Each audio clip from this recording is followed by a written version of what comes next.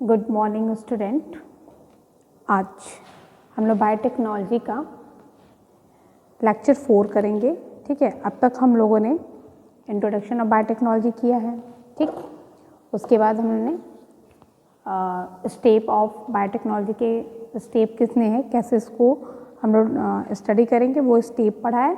और इसके बाद अब हम लोग क्या पढ़ेंगे, फिर तीसरा जो लेक्चर था आइसोलेशन ऑफ डिज़ायर जीन था या डीएनए था कि हमने जो हमारी डिज़ायर जीन थी या जो हमारी रिक्वायरमेंट थी जिस जीन की या डीएनए फ्रैगमेंट की, उसको हमने कैसे आइसोलेट किया किसी भी ऑर्गेनिज्म के अंदर से या प्लांट से या कैसे भी, सारी चीज़ें वो हम लोग डिस्कशन कर चुके हैं। अब अगर हमने डीएनए को आइसोलेट कर लिया तो फिर क्या करेंगे। अब हमारा 2 मीटर का लंबा सा जो डीएनए है उसको उठा के हम होस्ट में तो डालेंगे नहीं। ठीक, तो उसके पहले हमको क्या करना है कि उस डिज़ायर जो हमारा डीएनए है उसको फ्रैगमेंट्स में क्या करना है, कट कर लेना है। ठीक, तो उसको फ्रैगमेंट में कैसे कट करेंगे, तो उसको फ्रैगमेंट में कट करने के लिए किसी भी हमको सीजर की जरूरत पड़ती है, तभी तो हम किसी चीज़ को कट करते हैं। ठीक, तो उस डीएनए को कट करने के लिए हमें एक एंजाइम की ज़रूरत होती है जिसको हम लोग रिस्ट्रिक्शन एंडोन्यूक्लियस कहते हैं। तो हमारा आज का जो टॉपिक है रिस्ट्रिक्शन एंडोन्यूक्लियस के बारे में हम लोग डिटेल से जानेंगे कि कैसे वो कट करता है, कहाँ से कट करता है, किस तरीके से कट करता है, वो सारी चीज़ों को हम लोग स्टडी करेंगे।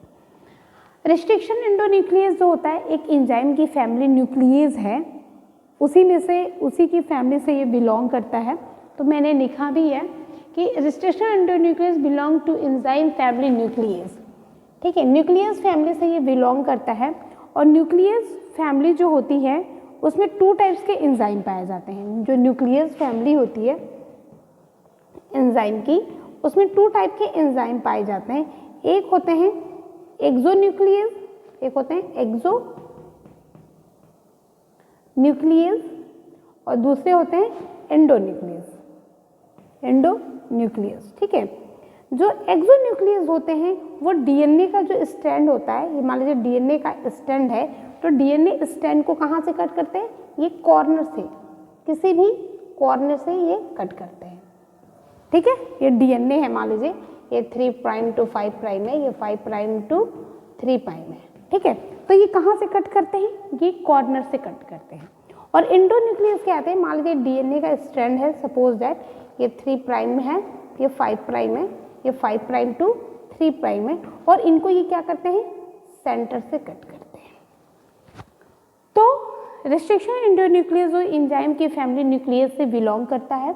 और ठीक है, और ये क्या करता है कि ये मेनली 2 टाइप्स के होते हैं। पहला जो होता है वो होता है आपका एक्सोन्यूक्लियस, दूसरा होता है एंडोन्यूक्लियस। और जो एक्सोन्यूक्लियस होता है वो डीएनए को कहाँ से कट करता है, वो कॉर्नर साइड से कट करता है।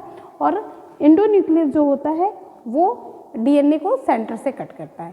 तो हमें स्टडी करना है किसको, एंडोन्यूक्लियस के बारे में स्टडी करते हैं। ठीक है, तो आगे चलते हैं। क्योंकि ये कट करने का काम करता है इसलिए, और ये किसको कट करता है, डीएनए को कट करता है, इसलिए इसको कहते हैं it also called the molecular scissor. इसको मॉलिक्यूलर सीजर कहते हैं, क्योंकि मॉलिक्यूल लेवल पे काम करता है, सीजर का काम करते हैं डीएनए सीजर, क्योंकि ये डीएनए को काटता है। और डीएनए स्काल्प भी इसको कहते हैं। ठीक है, दूसरी आ जाता है कि टर्म रिस्ट्रिक्शन मीन्स, जो टर्म रिस्ट्रिक्शन है उसका क्या मतलब है। मैंने एंडोन्यूक्लियस तो बता दिया कि वो सेंटर से कट करता है। ठीक, इसलिए इसको एंडोन्यूक्लियस कहते हैं। इसको एक्सोन्यूक्लियस क्यों कहते हैं, क्योंकि ये कॉर्नर से कट करता है।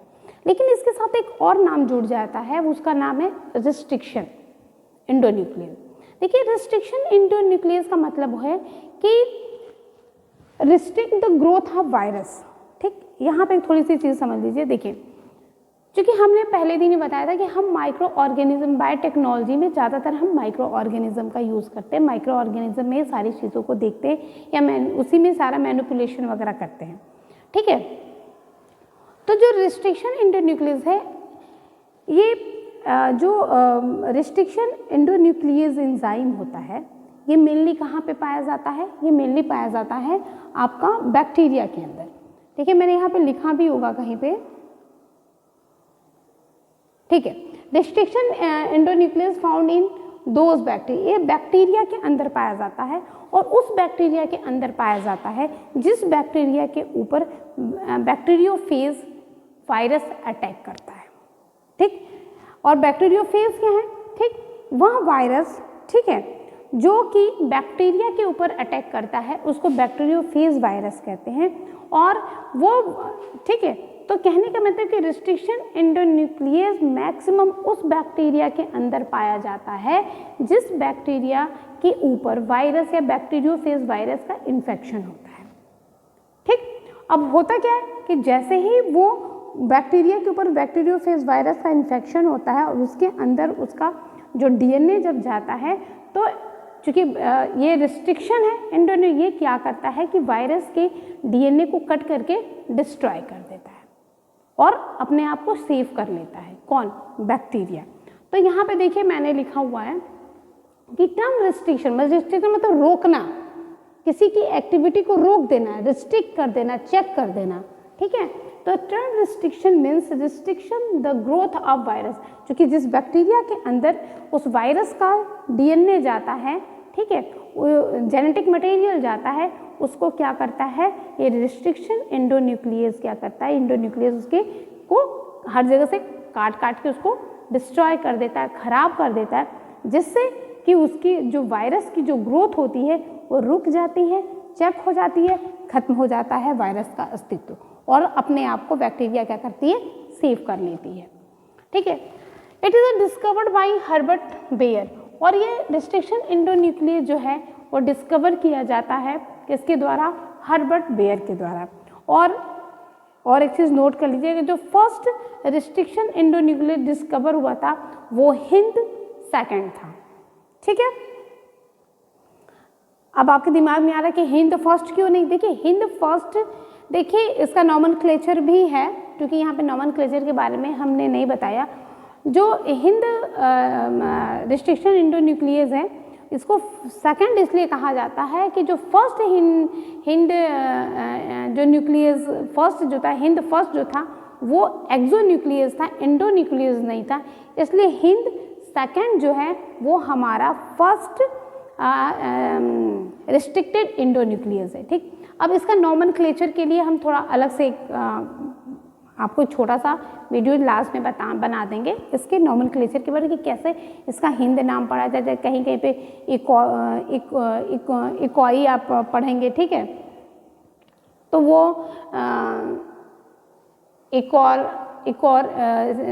ECORI, ठीक है, क्या बोलते हैं इकोलाई से कैसे हुआ, तो ये सारी डिटेल हम आपको नेक्स्ट किसी वीडियोस में बता देंगे। ठीक है, उसके बाद आते हैं the two components are found in a bacteria. देखिए अब बैक्टीरिया के अंदर स्टडी किया गया, ठीक है, तो एक साइंटिस्ट थे, उनका नाम था क्या उनका नाम था? अर्बर। ठीक, W अर्बर थे, उन्होंने एक डिस्कवर किया, W अर्बर। ठीक है, उन्होंने और हर्बर्ट बेयर ने इसको डिस्कवर किया और W अर्बर ने यह इसकी डिस्कवरी की कि बैक्टीरिया के अंदर कोई ऐसे कंपोनेंट्स पाए जाते हैं, दो कंपोनेंट्स, ठीक है, कि अपने आप को वो सेव करता है। पहला मेथिलेटिंग एजेंट और दूसरा एंडोन्यूक्लियस। ठीक, मेथिलेटिंग एजेंट को डीएनए मेथिलेज एंजाइम भी कहते हैं और एंडोन्यूक्लियस को रिस्ट्रिक्शन एंडोन्यूक्लियस भी कहते हैं। ठीक, अब बात आ जाती है कि जो रिस्ट्रिक्शन एंडोन्यूक्लियस है, ठीक है,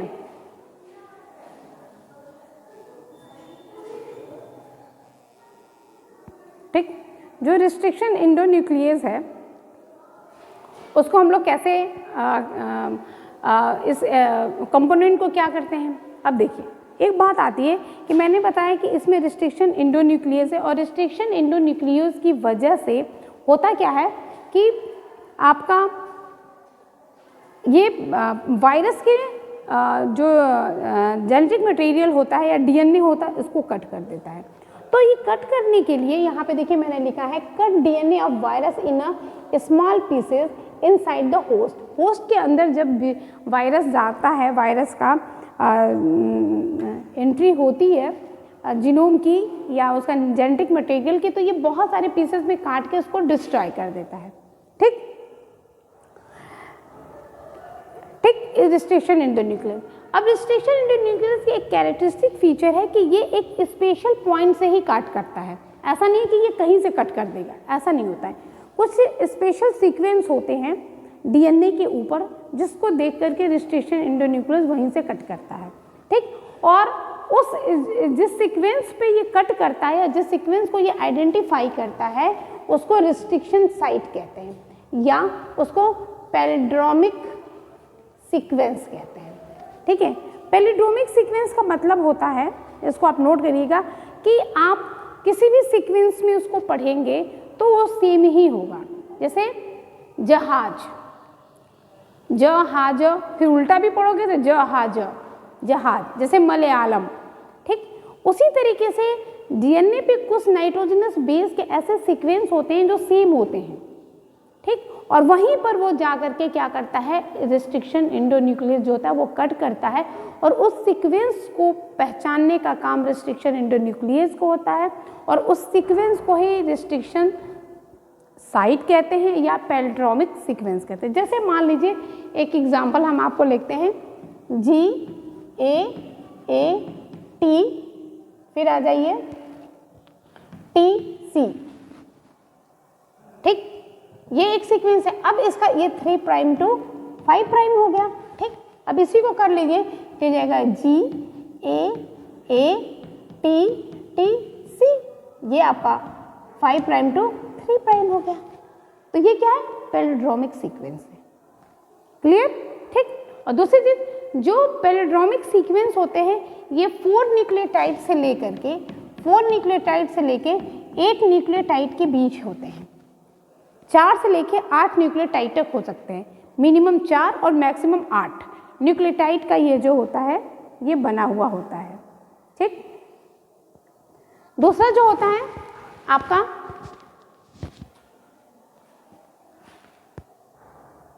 ठीक है। अब आते हैं कि अगर सपोज दैट, ठीक, बैक्टीरिया के अंदर क्या हुआ कि आपका इसने तो अपना क्या किया कि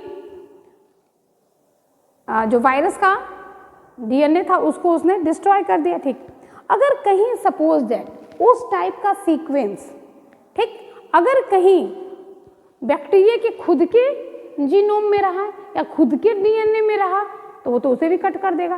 भाई उसका तो काम है केवल कट करना, वो ये थोड़ी ना पता है कि ये उसका डीएनए या इसका किसका डीएनए। उसको पता है कि ये सीक्वेंस दिखा यानी कि GAATTC का सीक्वेंस कहीं भी दिखा उसको बस जाके वहाँ कट कर देगा। कौन? Restriction endonuclease. हो सकता है कि इस टाइप का सीक्वेंस होस्ट में भी हो, ठीक, बैक्टीरिया के भी अंदर हो, तब तो उसको भी काट करके तो बैक्टीरिया का ही काम तमाम हो जाएगा। ठीक, तो इस समय बैक्टीरिया के अंदर एक क्या पड़ा होता है, एक मेथिलेटिंग एजेंट होता है या डीएनए मेथिलेज एंजाइम होता है। बैक्टीरिया के अंदर एक एंजाइम होता है जिसको डीएनए मेथिलेज एंजाइम होता है। ये जब ऐसा कंडीशन देखता है बस तुरंत क्या करता है कि जो रिस्ट्रिक्शन एंडोन्यूक्लियस या पैलिड्रोमिक सीक्वेंस होता है बैक्टीरिया के अंदर उसके नाइट्रोजनस बेस पे ले जा करके क्या करता है, एक मेथिल ग्रुप को क्या करता है, ऐड कर देता है। और जैसे ही मेथिल ग्रुप उसके 1 या 2 नाइट्रोजनस बेस पे ऐड होता है, ठीक है, वैसे ही रिस्ट्रिक्शन एंडोन्यूक्लियस ये समझ जाता है कि मुझे इसे नहीं काटना है, ये हमारा खुद का ही डीएनए है। ठीक, ये हमारे घर का है, इसको नहीं कटना है, भाई जो बाहर से आया है उसको कट करना है। और इस तरीके से बैक्टीरिया जो होता है वह रिस्ट्रिक्शन एंडोन्यूक्लियस से बच जाता है। और इस प्रोसेस को यानी कि बैक्टीरिया के डीएनए पे मेथिल ग्रुप के ऐड होने की प्रोसेस को कहते हैं रिस्ट्रिक्शन मॉडिफिकेशन। ठीक, वो रिस्ट्रिक्शन मॉडिफाइड हो जाता है, रिस्ट्रिक्शन के लिए मॉडिफाइड हो जाता है। ठीक है, दूसरा अब आते हैं restriction site of restriction endonuclease. ठीक है, रिस्ट्रिक्शन साइट, अब बताइए कितने कितने साइट से कहाँ पे रिस्ट्रिक्शन एंडोन्यूक्लियस कट करता है। तो एंडोन्यूक्लियस के कट करने के 2 साइट्स होते हैं, पहले को ब्लंट कट कहते हैं, दूसरे को स्टिगर्ड कट कहते हैं। ब्लंट कट का कहने का मतलब है कि जैसे ही पैलिड्रोमिक सीक्वेंस रिस्ट्रिक्शन एंडोन्यूक्लियस को मिलता है, पैलिड्रोमिक सीक्वेंस मिलता है। यदि रिस्ट्रिक्शन एंडोन्यूक्लियस वो पैलिड्रोमिक सीक्वेंस के एकदम सिमेट्री सेंटर में जा करके उसको कट करता है, दोनों तरफ देखिए, 3 इधर भी हैं 3 इधर भी हैं, जैसे GAA TTC CTT AAG, ये पैलिड्रोमिक सीक्वेंस है। ऊपर भी मैंने ये एग्जांपल लिया था। अगर वो सेंटर एकदम एक्सिस से काटता है, सेंटर से काटता है, तो ऐसे कट को ब्लंट कट कहते हैं, ठीक है। और ये देखिए लिखा है कि cut point fall exactly on a axis of a symmetry. Cut ये है आपका इसको बोलते हैं इसको क्या बोलते हैं, पॉलीहेड्रिक। इसको पूरा हमको लिख लेना चाहिए था, 1 मिनट बता रहे हैं, दिमाग पे है, आवाज़ थोड़ी सी वो हो गई। फॉस्फोडाइएस्टर बॉन्ड, इसको लिख लीजिए आप भी, आपके भी on spot. Phosphodiester bond, phosphodiester bond को कट करता है। इस ब्लंट कट में केवल फॉस्फोडाइएस्टर बॉन्ड कट होता है, ठीक है। तो फॉस्फोडाइएस्टर बॉन्ड जो होता है वो कट हो जाता है। इसमें स्ट्रगल कट जैसे मान लीजिए यही है GAA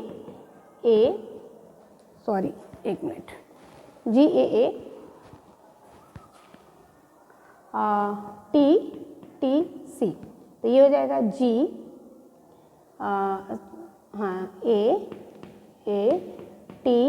TTC। अब ये कट जो करता है, जो ये कट करता है, ये पैलिड्रोमिक सीक्वेंस के क्या करता है, एक इस एंड पे कट करता है, ठीक, और एक क्या करेगा, मान लीजिए इस एंड पे कट करेगा। तो जो हमको सीक्वेंस मिलेगा वो ऐसे मिलेगा GAA TT, और बीच में ये गैपिंग हो जाएगा, ठीक है, और इसके साथ ये हो जाएगा, और हमको यहाँ C मिल जाएगा। दूसरा जो मिलेगा ऐसे मिलेगा,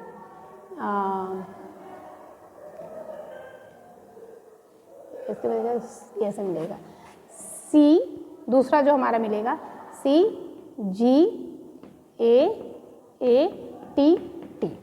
तो ये इसको बोलते हैं स्टेगर्ड कट या स्टिकी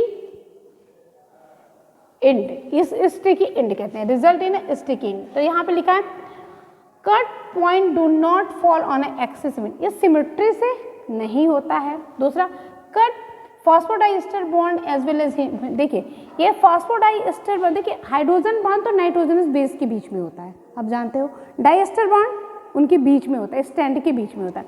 तो यहाँ पे हाइड्रोजन बॉन्ड भी टूट रहा है और आपको फॉस्फोडाइएस्टर बॉन्ड भी टूट रहा है, और यहाँ पे केवल फॉस्फोडाइएस्टर बॉन्ड टूट रहा था, ठीक है। रिजल्टिंग स्टिकी एंड, इनके द्वारा जो स्टिकी एंड मिलता है, वो स्टिकी एंड जो होता है वही जो होता है आपके स्टिकी एंड जो होता है, यही आपके बायोटेक्नोलॉजी फील्ड के लिए इम्पॉर्टेंट होता है। और यहीं से आ करके आपका जो आगे जब हम बताएंगे कि जो हमारा डिजायर्ड जीन है वो आ करके इसी स्टिकी एंड पे आ करके ज्वाइंट होता है, ठीक है। तो नेक्स्ट जो है, हम जब रिकम्बिनेंट डीएनए टेक्नोलॉजी पढ़ाएंगे तो वहाँ पे हम स्टेगर्ड आपके एंडोन्यूक्लियस या कट के बारे में हम वहाँ पे बताएंगे कि कैसे वहाँ पे जा कर के हमारा डिजायर्ड जीन जा कर के कैसे वहाँ पे स्टिकी है, तो कैसे जाके स्टिकी मतलब चिपचिपा है, वहाँ पे कैसे जाके चिपक जाता है या कैसे जाके एडजस्ट कर लेता है। तो ये हमारा रिस्ट्रिक्शन एंडोन्यूक्लियस रहा, आप इसको पढ़िए। ये हमारा लेक्चर था 4। इसके बाद हमारा लेक्चर 5 होगा जिसमें जेल इलेक्ट्रोफोर्सिस के बारे में हम लोग डिटेल से स्टडी करेंगे। और इसी तरह से आप पढ़ते रहिए, लाइक करते रहिए, सब्सक्राइब करते रहिए। Thank you.